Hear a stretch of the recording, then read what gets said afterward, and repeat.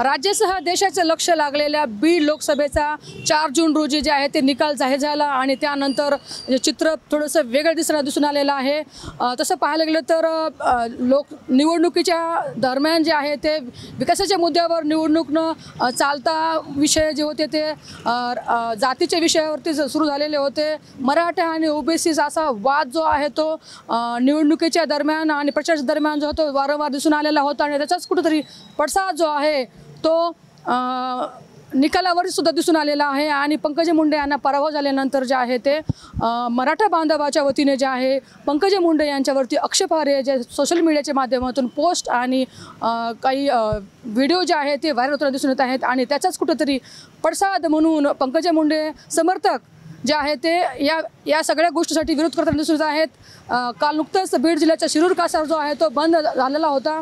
आज परळी या ठिकाणी बंद पुकार झालेली आहे आणि उद्या बीडची वडवणी जे आहे ते बंद असणार आहे। एकंदर परिस्थिती हाताच्या बाहेर जायला नको म्हणून पोलीस प्रशासन आहे त्या ठिकाणी तगडा बंदोबस्त करत आलेला आहे।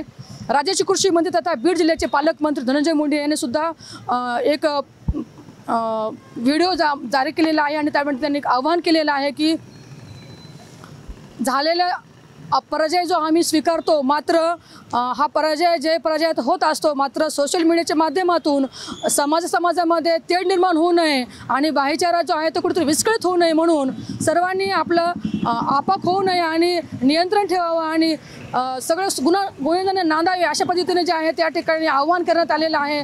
मात्र तरीसुद्धा काही समाजकंटक आहेत ज्यांच्याकडनं जे आहे ते कुठेतरी अशा प्रकारचे हिंसक रूप घालण्यासाठी प्रयत्नशील आहेत। मात्र हा प्रयत्न खोडण्यासाठी जे आहेत प्रशासनाच्या वतीने आणि स्थानिक नेते त्यासोबतच पालकमंत्री यांच्या वतीने सुद्धा आव्हान करण्यात येण्याला सुरू झालेले आहे आणि शांततेत सगळ्या गोष्टी पार पाडाव्या आणि जे कोणी अशा पद्धतीच्या पोस्ट व्हायरल करत आहे त्यावरती चोप म्हणून त्यांना अटक सुद्धा करत आहे सुरू झालेली आहे। एकंदर परिस्थिती हाताच्या बाहेर जायला नको म्हणून आज पाहता आपण की परळीमध्ये जागोजागी बंदोबस्त लावण्यात आलेला आहे। पोलीस प्रशासनाचे कर्मचारी जे आहेत ते उभारण्यात आलेले आहेत, गाड्या उभारण्यात आलेल्या आहेत आणि अनुचित प्रकार घडू नये म्हणून आज बंद आहे आणि शांतता जो आहे तो बंद पार पाडला जाण्याचे देखील बोलण्यात येत आहे।